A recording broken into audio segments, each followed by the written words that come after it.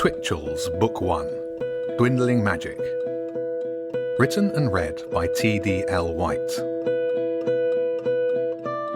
Chapter 21. Mystery Potato.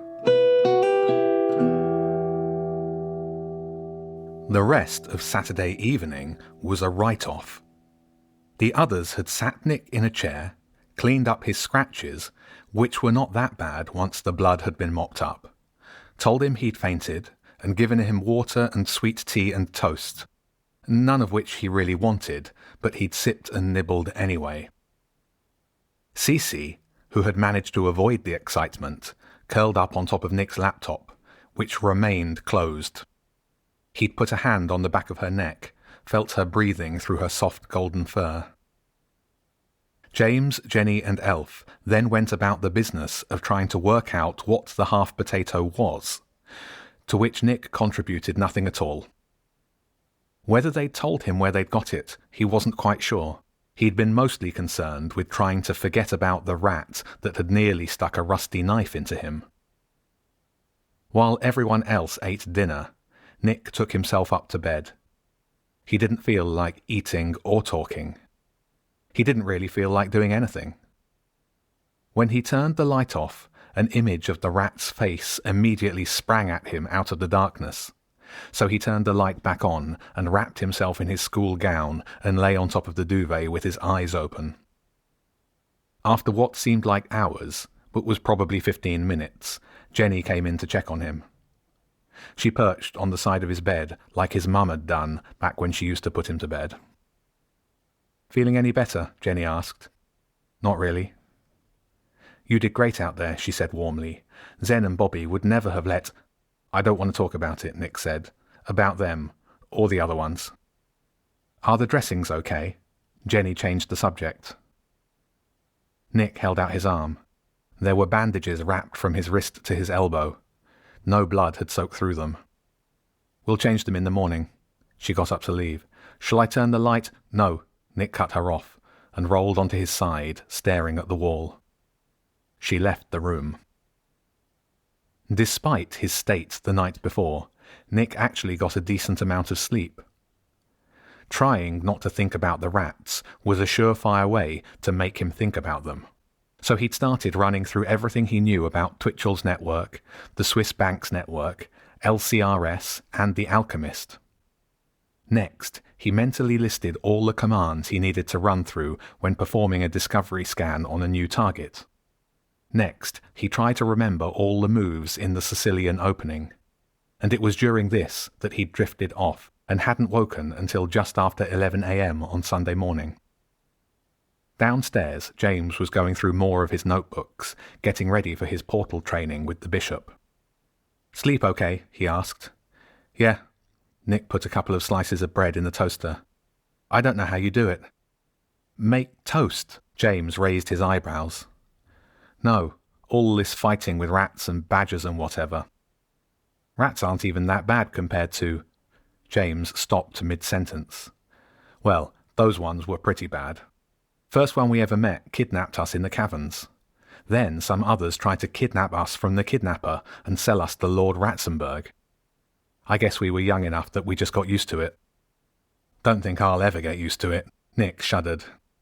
His toast popped up and he opened the fridge to get the butter. The half potato was perched on a shelf next to a packet of cheese. "What is this thing anyway?" James sighed. "We don't know. Zen and Bobby did some digging around and found that the auction isn't being organised by animals. Well, not below ground at least. They tracked down another group of mercenary rats that were involved with security for a cat that was listing some magical heirloom or other. Anyway, through this cat, a duke or count or something, we managed to get in touch with another group that said they could list items. Only when they saw us, they decided they didn't want to help. So Zen and Bobby tried to persuade them. Elf stole the potato in the fight, and well, the rest you know." Nick brought the toast and butter and the potato over to the table. "One of the rats called it a stamp." He turned it over to the cut side and looked closely. "We couldn't work it out, and Zen and Bobby had no idea at all. But if it's a stamp, Well, shouldn't it have something carved into it? Maybe it does, Nick said. Got any ink? James nodded.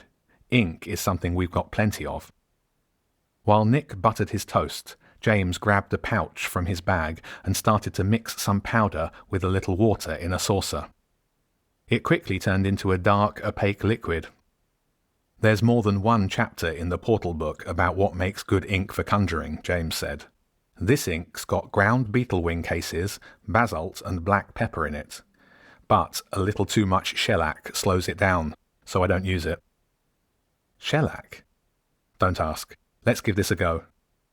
James dipped the cut side of the potato into the ink, then pressed it carefully onto a blank page in the nearest open notebook. When he pulled it away, the page lifted with it before slowly peeling off.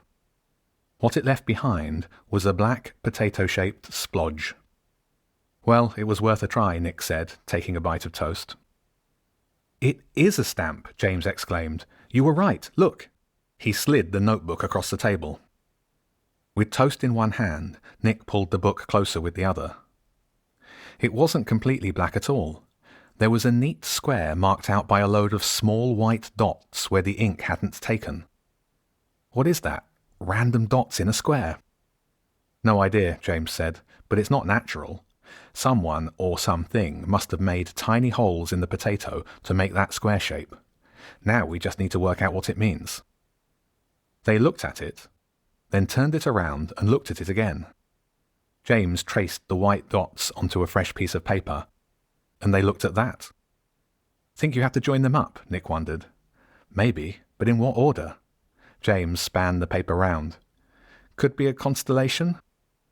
You mean like stars? I don't know many, just Orion, and it doesn't look like that. Nick looked back at the original black inked print. It did kind of look like the night sky, but it wasn't right. Stars aren't in a grid, he said. There's definitely a grid here. James nodded and started to count the number of dots in each row. It wasn't easy because there wasn't a whole row or column of dots, just clusters of them. It's 21 by 21, he said finally. That mean anything to you? 3 times 7, Nick said. Could be a 3-week calendar thing. Never heard of one of them. Maybe they're letters. Nick shook his head. Can't be. There's 26 letters. Letters minus vowels? James started writing out the alphabet without the vowels and putting a ring around letters marked by dots. After 2 lines of gobbledygook, he gave up. What about Greek? How many letters in the Greek alphabet? Dunno. Nick pulled his laptop over and searched online. Greek's got 24, but the old Italian alphabet has 21. He turned the screen around to show James a screenshot of the old Italian alphabet.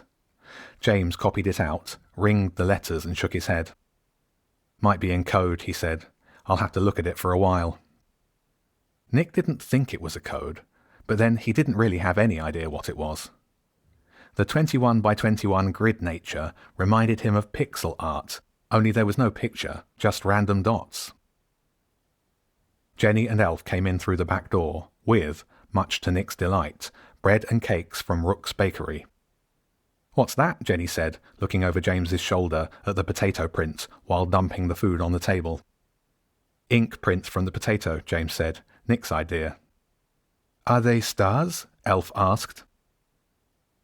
While they ate lunch, Nick and James went through the things that they tried to decipher the potato. Why would it be in Italian? Elf asked. The auction's in London. She'd made a good point. Why would the potato be in a code if it was to help people list auction items? They didn't get any further with the mystery potato. After lunch, James conjured a portal to his lesson. Jenny got on her bike, and Elf started cutting the sleeves off a red shirt she'd bought that morning. Nick went back to his laptop and remembered he hadn't run the firmware update yet. He found the download, ran a command, and then restarted the machine. When he logged back in, nothing obvious had changed, but he found a new list of options in the Wi-Fi config file. He read through a README and changed the Wi-Fi to look for 6 GHz signals. It found 0. He expected the same result at Twitchell's, changed the settings back, and opened a connection to the LCRS channels. When Jenny and Elf changed the dressing on Nick's arm, most of the long, thin scratches had scabbed over nicely, and they all agreed that it would be good to leave them out in the air. Nick pulled the t-shirt sleeve back down and rolled his right shoulder forwards and backwards a few times. "We should go somewhere nice for dinner," Jenny said. "I don't want yesterday's potato theft to be the main thing I remember about this weekend. What about pizza?" "Did someone say pizza?" James asked, coming in through the back door. "Yes, please. I vote for Fatto's. Haven't been there in ages." "Suits me," Elf said. "I want to take Cece out for a walk anyway." "Nick," Jenny said. "Up for it? We'll pay, of course, and Fatto's is pretty cheap anyway." "Sure, thanks." Nick needed some time away from his screen. Not that he couldn't have kept working. It was just that he didn't feel like he was getting anywhere with anything, and a break might allow him to think of a different angle.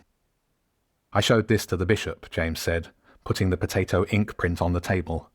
He had no idea what it was either. "Maybe we should take a picture of it and do a reverse image search," Nick said, taking his phone out. "And it might be worth taking pictures of all the symbols in the notebooks too. Would make looking through them to find the right one easier." He held the phone over the potato print and opened the camera app. Before he could take a picture, a message appeared on the screen. I think I just worked out the potato," he said. James leaned over the phone screen. A web link. Nick's camera app had drawn a square around the white dots with a message underneath that said, "Do you want to visit this link?" "It's a QR code," Nick said. "Why didn't I spot that?" "Because it's a potato," Jenny said, "not a poster or leaflet or whatever, and it doesn't even really look like a QR code." "Not to us," Nick said, "but the phone knew it straight away." "Open the link," James said. "Not on my phone," Nick said. "It's not secure." He opened his laptop and started up a browser. In a virtual machine, with a VPN running, behind a proxy, and another proxy. Then he typed the address from the phone. "It's using a URL shortener," he said. "I don't know what's on the other side of it. Might be a website, might be something more malicious." He hit enter. "What if it tries to install a virus?" Jenny asked. "That's what the virtual machine is for," Nick said. "It's a sandbox, totally isolated from anything else on the laptop. If there's any malware, I can just wipe it and it won't impact anything else." A website started to load. Then a redirecting message appeared. "That's the URL shortener," Nick said. "Makes the address easier to remember, and also stops us knowing the final destination." He brought up another application. "This proxy logs all of the information that's being sent through the browser." He pointed at the third line from the top of a long list of records. "That's the request for the first URL. It's an it.ch address. I've seen them used before, and the top line's the actual URL." It was a string of characters and numbers that finished with a .to domain. "Why isn't the page loading?" James asked. "I haven't let it yet," Nick said.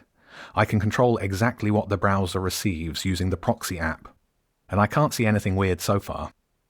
It's a temporary address registered in Tonga, which helps a bit with anonymity, but it isn't a warning flag on its own." He typed a command and the web page loaded. It was a plain white page with a couple of boxes for username and password and not much else. "Well, that's not what I expected," James said.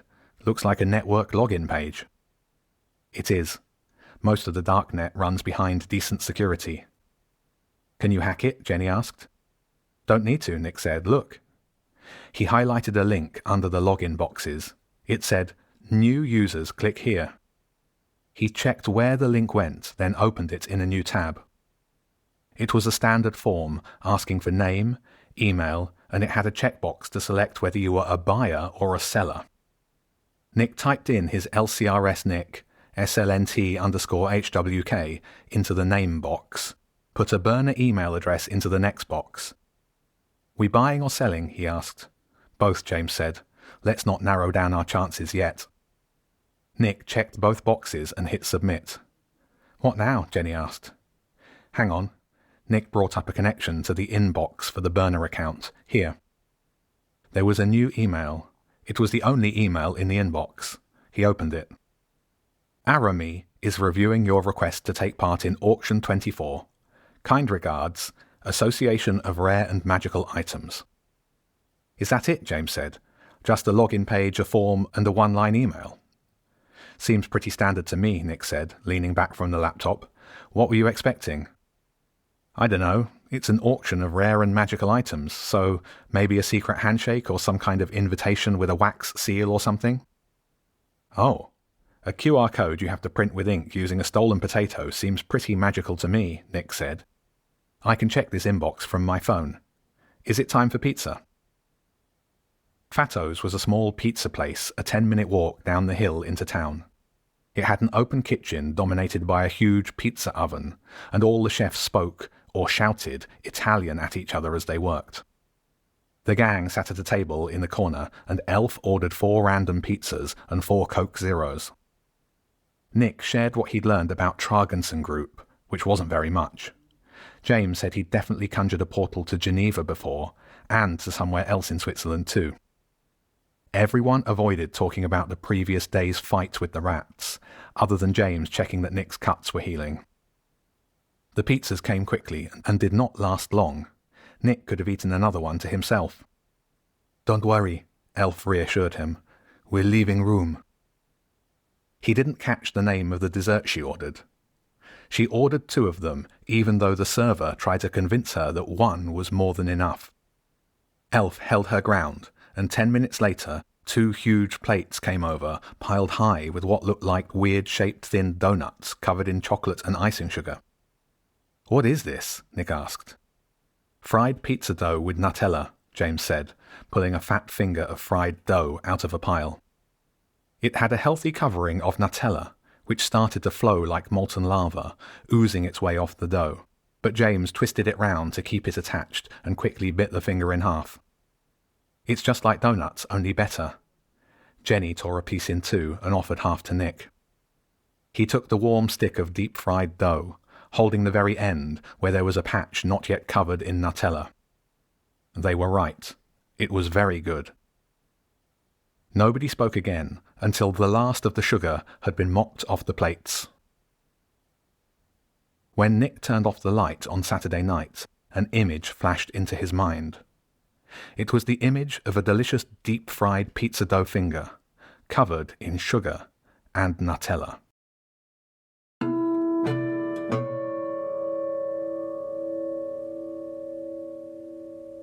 This podcast was brought to you by me, TDL White.